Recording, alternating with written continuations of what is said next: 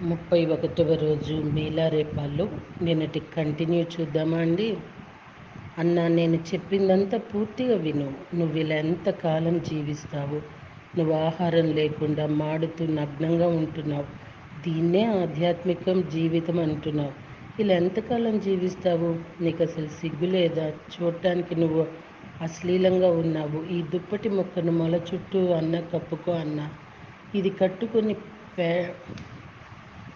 పేటకంతా పెద్ద పేరు గడించిన పీఠాధిపతి అయిన బాసిలోడ్సావ దగ్గరకు పో. ఆయన చూడు, నీకంటే ఎంత భిన్నంగా ఉన్నాడో. ఆయన సింహాసనం మీద పెద్ద ఛత్రం కింద కూర్చొని ఉంటాడు. పట్టు వస్త్రాలు ధరిస్తాడు. ఎప్పుడు బీర్ కానీ టీ కానీ తాగుతూ ఉంటాడు. ఎప్పుడూ శిష్యులతోనూ లౌకికులు పామరులతోనూ పరివేష్టించి ఉంటాడు. ఆయన ఎక్కడికి వెళ్ళినా పెద్ద ఊరేగింపుతో పోతూ ఉంటాడు. జనం పెద్ద వాద్యాలు శంఖాలు ఊదుతూ ఉంటారు.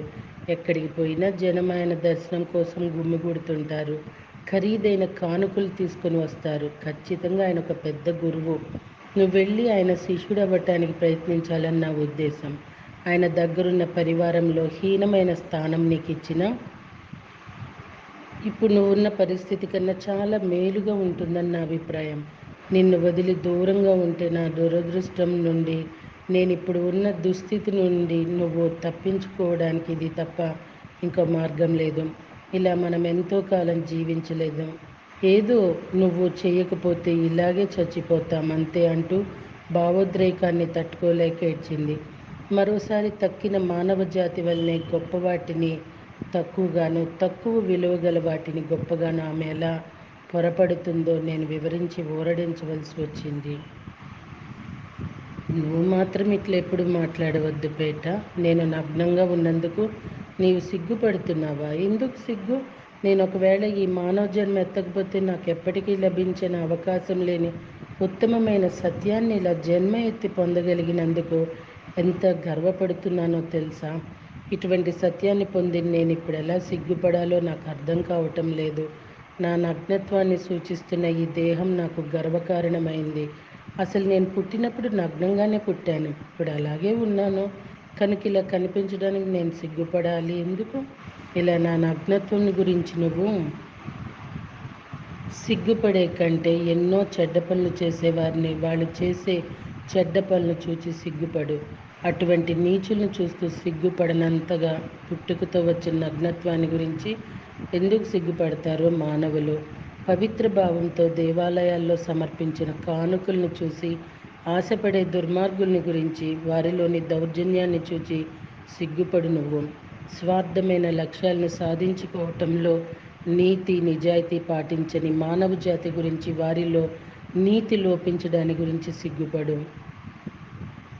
వారిలో స్వార్థాన్ని గురించి సిగ్గుపడు. తమ చర్యలు ఇతరులను బాధ కలిగిస్తాయేమోననే ఆలోచన కూడా లేకుండా ప్రవర్తించే మానవ జాతి గురించి సిగ్గుపడు. వారిలో గల నీచ లక్షణమును గురించి సిగ్గుపడు. పేట, నీకు ఒక సంగతి చెప్పేదా?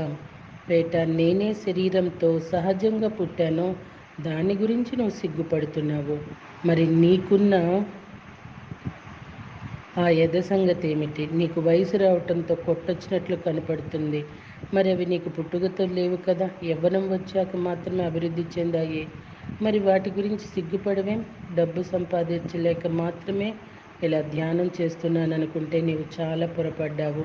నేనెప్పుడు భయపడేది ఈ భ్రాంతిమయమైన జగత్తు, అందులో ఇరకబెట్టే వ్యామోహం గురించే. ఈ లోకంలో జీవులన్నీ పొందుతున్న దుఃఖంను తలుచుకుంటే నా చర్మం మండిపోతున్నట్లు, బాధ కలిగినట్లు ఉంటుంది.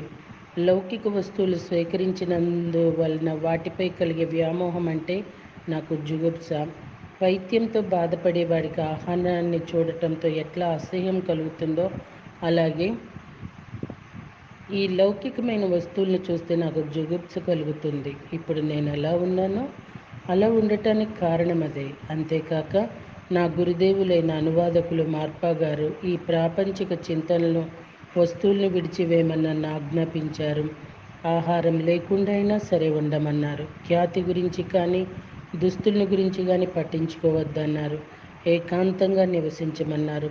ఎప్పుడు పట్టుదలతోనూ విశ్వాసంతోనూ శక్తినంతా వినియోగించి సాధన కొనసాగించమని ఆజ్ఞాపించారు.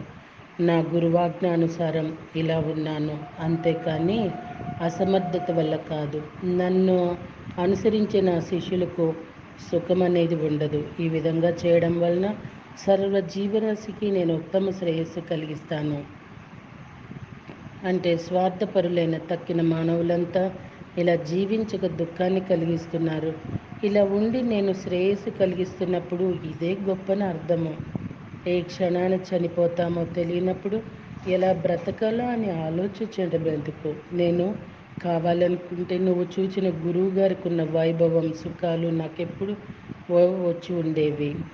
కావాలనుకుంటే వాటిని పొందే సామర్థ్యం నాకు ఉన్నప్పుడు అతని దగ్గరికి వెళ్ళి తన సేవల్లో అధమాధమమైన పదవిలో నన్ను చేర్చుకోమని అడగాల్సిన అవసరం నాకేంటి? నాకు కావాల్సింది బుద్ధత్వం.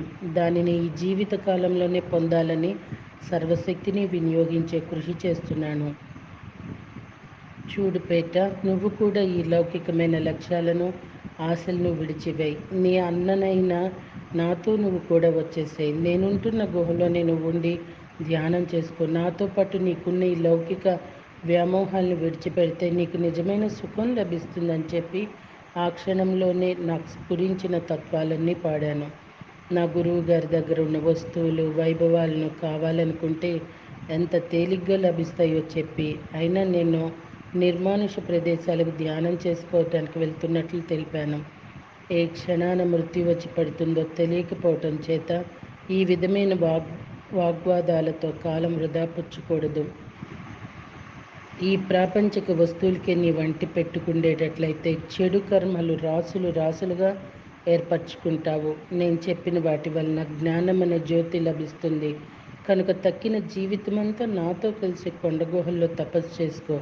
నా పాట వినగానే పేట తలెగరేస్తూ ఇలా ఉంది. చూడబోతే సుఖము, తృప్తి అంటే ప్రాపంచికత అన్నట్లు బోధపడుతున్నది. సుఖం అంటే లౌకికత అని నువ్వు అనుకుంటున్న వలె ఉంది. నువ్వు చెప్పే ఈ నీతి బోధలన్నీ వట్టి సాకులు. నువ్వెన్నటికీ ఆ గురువులాగా సిరి సంపదలు అండి భోగభాగ్యాలు అనుభవించటానికి సిద్ధంగా లేవు, ఉండవు కూడా. ఓకే మాస్టర్స్, మళ్ళీ రేపటి రోజున మరింత జ్ఞానాన్ని పంచుకుందామా? Thank you.